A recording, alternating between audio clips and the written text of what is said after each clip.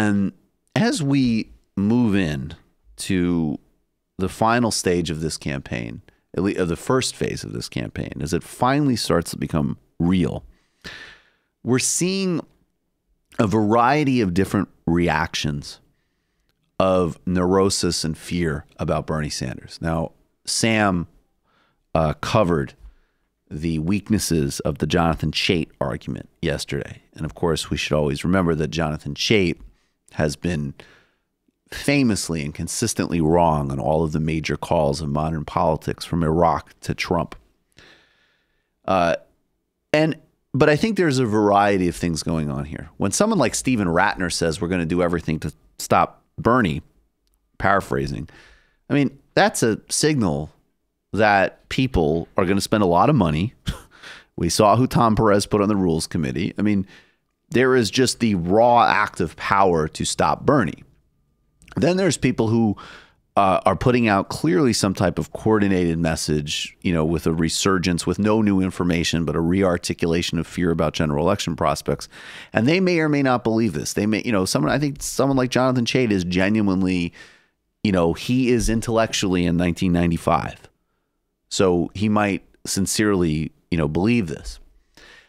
And then we have people around Hillary Clinton who I think it's some combination of both. And we talk about Trump derangement syndrome, which is mostly a term used by the right to minimize people's correct disgust and horror at this despicable White House.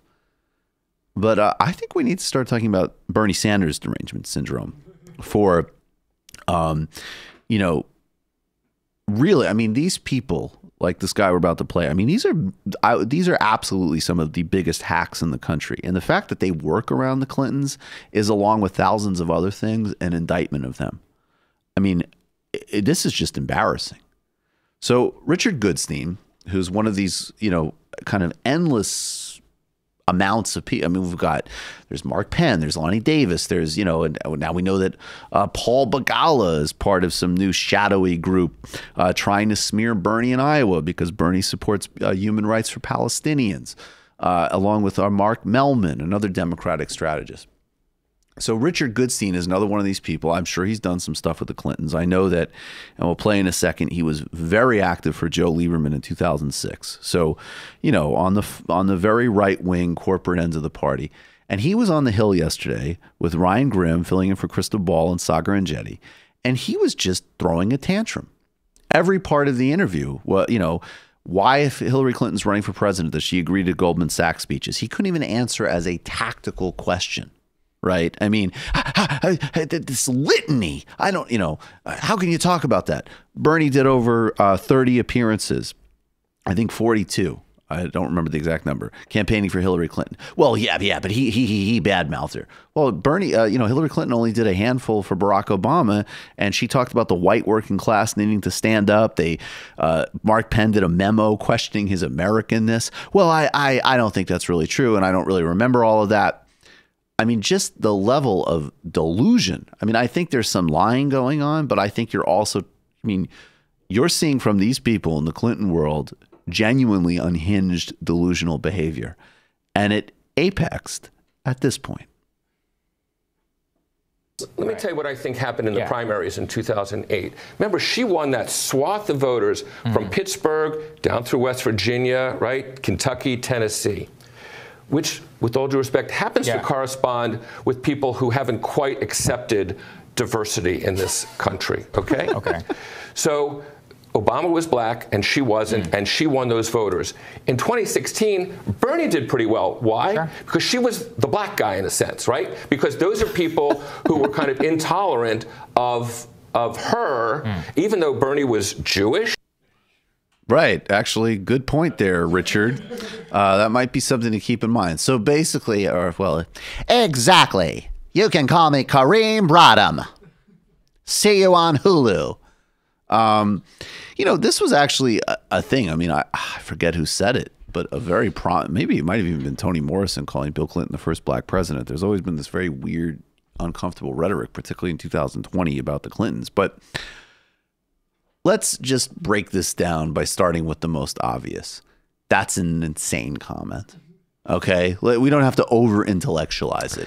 Hillary Clinton is not an African American because conservatives don't like her. In fact, she, along with her husband, have been at the forefront of many racist and racialized policies for decades, from expanding the prison state to racialized, ruthless, and immoral attacks on the welfare system.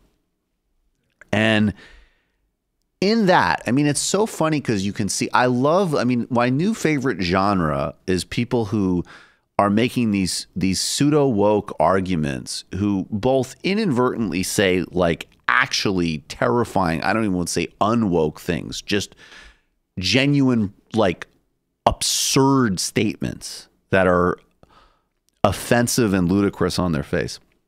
And then the other 2 points, just really quickly. One, and Ryan said in the beginning, because this guy said, I went to the Women's March after Clinton lost, and if you supported Bernie in the primary, you didn't have a right to be there. And Ryan was like, is this a good approach to outreach and building coalitions? And of course, he had no answer for that. So even if we're talking about people, even if we're going to stipulate, and again, sure, if you look at the general election numbers amongst people who voted for Hillary Clinton, a not insignificant number of them, according to polls, had racist attitudes. Okay? So if we acknowledge the reality of living in a structurally racist and in many respects sexist society, yeah, this is going to be present everywhere. And by the way, not just in those geographies that, let's be frank, liberal elites love to demonize and caricature. And also the third point is that these are people voting in Democratic primaries. And that does say something. And the overwhelming amount of youth voted for Bernie. The working class in states, particularly when we got to the industrial Midwest, the diversity of the coalition was already starting to grow. So what you have here is the perfect distillation, which is, of course, all bitterness, blame, zero responsibility, zero seriousness, zero analysis, all entitlement, delusion, arrogance, and bitterness, like the whole Clinton world. But then also this incredible combination of like an awe-inspiring racism, to have the temerity to call Hillary Clinton a black man running for president, combined with a disdain and contempt that writes off a massive amount of the electorate, which, I'm sorry, is ridiculous. You got to stop, because you actually have a campaign to win. And of course, we won't even get into all the Hillary Clinton did in 2008 and Bill Clinton did in the 1990s to actually appeal to bigoted sentiments in terms of reality. And then third, of course, with that stupid, overbroad caricature, completely erase both the working class multiracial coalition that is carrying Sanders now and all of the absolutely valid concerns of, as an example, everybody in the industrial Midwest, regardless of their race, about deindustrialization, lack of employment, opioid crisis, and all of the other things that no one like Goodstein wanted to talk about. I mean, maybe because it might offend some of his lobbying clients. I don't know. But also because they just wanted to sit back and run on supposed prosperity. And that's why, Hillary Clinton in India was basically like, hey, look, the shitty parts of the country didn't vote for me, so who cares? That's an obscene message morally and strategically. Like how every time one of these corporate hacks does the supposedly woke exercise where you solve different sort of identity equations to figure out what the key to politics is. And the key to politics is always like, don't be the black guy in any given election. Right. Do we have that clip of Goodstein? I think it's just worth playing a little bit of this because, again, there's so many of these, sleazoids in the Clinton orbit. But in 2006, Ned Lamont, who's currently the governor of Connecticut, ran against Joe Lieberman. Ned Lamont is, he's a rich guy. He's a trust fund guy, very conventional liberal. I don't really know what he's doing in Connecticut. But in 2006, it was important because Joe Lieberman was Joe Lieberman was one of the biggest warmongers and death promoters in the United States Senate. And Ned Lamont in 2006 ran on a anti-Iraq invasion platform against Joe Lieberman. He won the Democratic primary, and Joe Lieberman immediately left the Democratic Party and ran a campaign as an independent. And I am sure, I mean, I would guess, I don't know, but I would guess that Richard Goodstein is the type of guy who's like, little Bernie's not even a Democrat.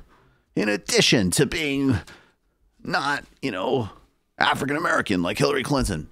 I love it. It's like he completely skipped over the actual question about the overtly almost Trump-esque racist campaign that Hillary Clinton ran against Barack Obama to do that comparison. I still can't get over it. Anyways, here is Richard Goodstein interrupting people at a Ned Lamont event in 2006 because he is literally holding a sign and campaigning for Joe Lieberman.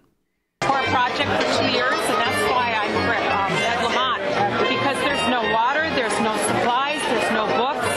You guys, you're very lucky maybe to have a nice school. Can I say something? I'm a Lieberman person. Yeah, I am. But I didn't mean to interrupt you. Are you done? Oh, sorry. But I met Ned when I came. Very pushy. G-O-O-D. You okay? Yeah, I'm keeping up with you. Yeah, Okay. Richard Goodstein, G-O-O-D-S-T-E-I-N. I happen to be a friend of Senator Lieberman, but my background in Connecticut politics goes back to 1970. I worked for Avery Chicago. Lobbyists for Lieberman!